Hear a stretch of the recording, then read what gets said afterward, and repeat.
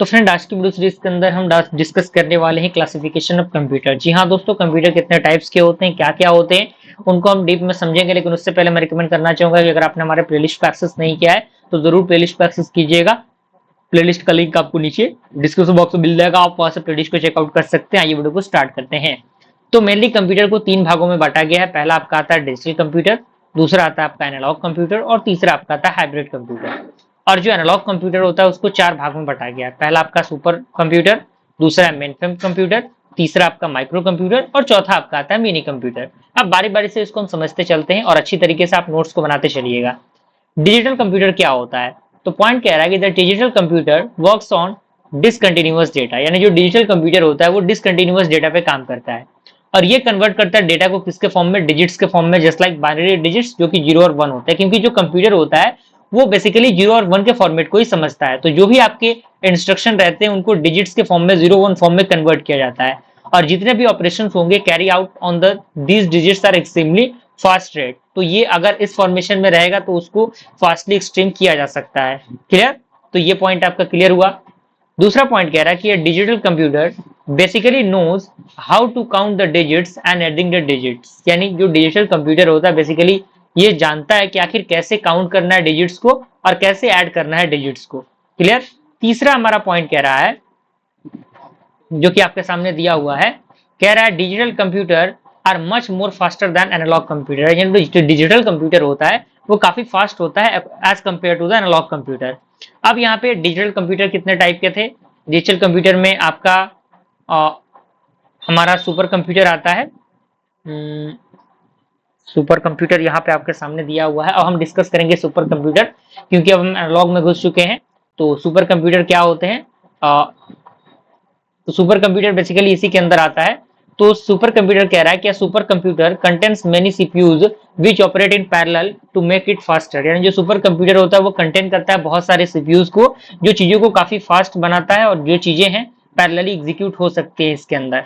And they are used for massive data processing and solving very sophisticated problem, यानी ये use होता है massive data processing के लिए और सॉल्व करता है बहुत सारे प्रॉब्लम को, बहुत सारे सोफिस्टिकेटेड प्रॉब्लम को सॉल्व कर सकता है। एंड अगला पॉइंट कह रहा है कि they are used for weather forecasting, weapons research and development, rocketing and aerodynamics, neutral etcetera, यानी इनका जो यूज है वेदर फोरकास्टिंग के अंदर, वेपन के रिसर्च के अंदर, डेवलपमेंट के अंदर, रॉकेटिंग के अंदर और जो आपका एरोडायनामिक्स होता है, न्यूक्लियर होते हैं उनके अंदर बेसिकली सुपर कंप्यूटर जो है उनका यूज होता है। दूसरा हमारा क्या है? मेन फ्रेम कंप्यूटर है। तो यहाँ पे कह रहा है कि main frame computer are very powerful large general purpose computer, यानी जो मेन फ्रेम कंप्यूटर होता है वो काफी पावरफुल कंप्यूटर होता है और काफी बड़ा जनरल पर्पस कंप्यूटर होता है।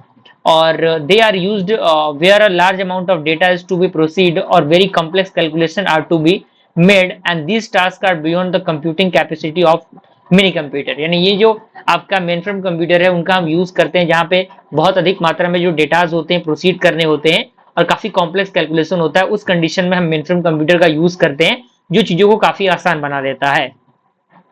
अगला पॉइंट कह रहा है कि they are used in research organisation, large industries, large business and government organisation, bank, यानी इनका जो यूज है वो रिसर्च ऑर्गेनाइजेशन के अंदर होता है, जो आपके बड़े बड़े इंडस्ट्रीज हैं उनके अंदर यूज होता है, बड़े बड़े बिजनेस और गवर्नमेंट ऑर्गेनाइजेशन के अंदर यूज होता है, बैंक के अंदर यूज होता है। तीसरा हमारा आता है माइक्रो कंप्यूटर। तो जो माइक्रो कंप्यूटर है एक प्रकार का लो कॉस्ट एंड स्मॉल और डिजिटल कंप्यूटर है। जो आपका माइक्रो कंप्यूटर है वो क्या है? एक प्रकार का लो कॉस्ट और स्मॉल और डिजिटल कंप्यूटर है और ये कंटेन करता है माइक्रो प्रोसेसर को इट्स सीपीयू के अकॉर्डिंग, एंड जो मेमोरी यूनिट होता है N input device and output device, यानी ये कंटेन करता है माइक्रो प्रोसेसर को और मेमोरी यूनिट को, इनपुट डिवाइस को और आउटपुट डिवाइस को।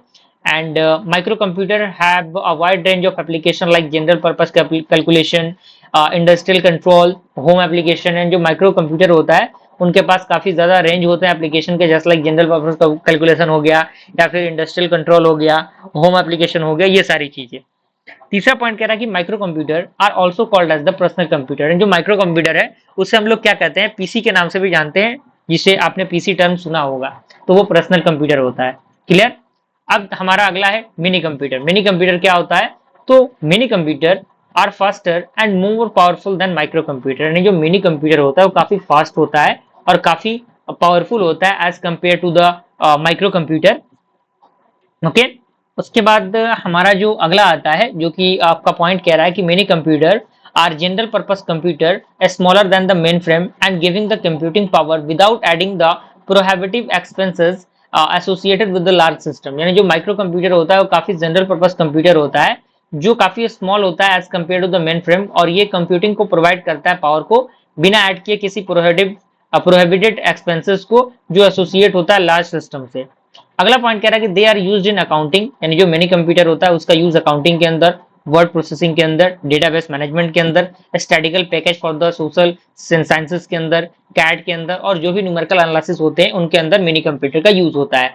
तो वो सारे आपके डिजिटल कंप्यूटर के फंडामेंटल्स थे। अब हम आते हैं एनालॉग कंप्यूटर के अंदर कि एनालॉग कंप्यूटर क्या होता है।